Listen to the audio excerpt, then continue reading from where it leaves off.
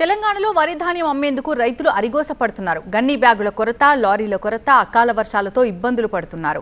ధాన్యం కొనాలంటూ రోడ్డెక్కి ధర్నాలు కూడా చేస్తున్నారు. ధాన్యం కొనుగోలులో ప్రభుత్వం పూర్తిగా విఫలమైందని విమర్శలు గుప్పించారు హరీష్ రావు. మరోవైపు ధాన్యం కొనుగోళ్లపై సమీక్ష నిర్వహించారు సీఎం రేవంత్ రెడ్డి.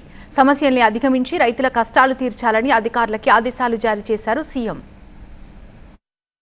ఆరుగాలం శ్రమించి పండించిన పంట నమ్ముకునేందుకు రైతులు అవస్థలు పడుతున్నారు. ధాన్యం కొనుగోలు చేయాలంటూ నిర్మల్ జిల్లా రైతులు రోడ్డెక్కారు.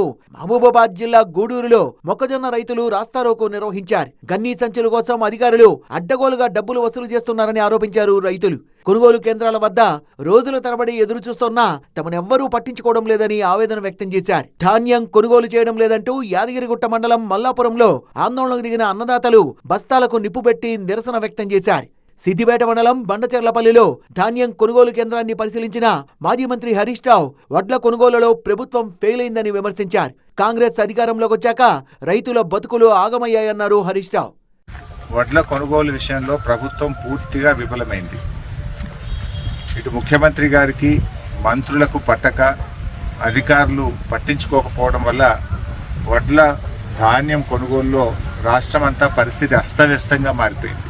మరోవైపు ధాన్యం, మొక్కజొన్న కొనుగోళ్లపై జిల్లా కలెక్టర్లతో సమీక్ష నిర్వహించిన సీఎం రేవంత్ రెడ్డి గన్నీ బ్యాగుల కొరత, హమాలీల కొరత లేకుండా చర్యలు తీసుకోవాలన్నారు. ధాన్యం తరలించేందుకు లారీల ఇబ్బంది రావద్దని, కాంట్రాక్టర్లు నిర్లక్ష్యం చేస్తే క్రిమినల్ కేసులకు వెనుకాడొద్దన్నారు రేవంత్ రెడ్డి. ప్రతి ఐకేపీ సెంటర్కు ఒక అధికారిని నియమించి కొనుగోలు కేంద్రాల వద్ద సమస్యలు తలెత్తకుండా చూడాలన్న సీఎం రేవంత్ రెడ్డి ధాన్యం సేకరణ, మొక్కజొన్న కొనుగోళ్ల విషయంలో నిర్లక్ష్యాన్ని సహించేది లేదన్నారు. గోడౌన్ సమస్య ఉన్న ప్రాంతాల్లో అవసరాన్ని బట్టి తాత్కాలిక ఏర్పాట్లు చేసుకోవాలని సూచించారు. కొనుగోళ్లపై ఎప్పటికప్పుడు సీఎస్ కు రిపోర్ట్ పంపించాలని కలెక్టర్లను ఆదేశించారు. కలెక్టర్లు నిర్లక్ష్యం చేస్తే చర్యలు తప్పవన్నారు సీఎం రేవంత్ రెడ్డి.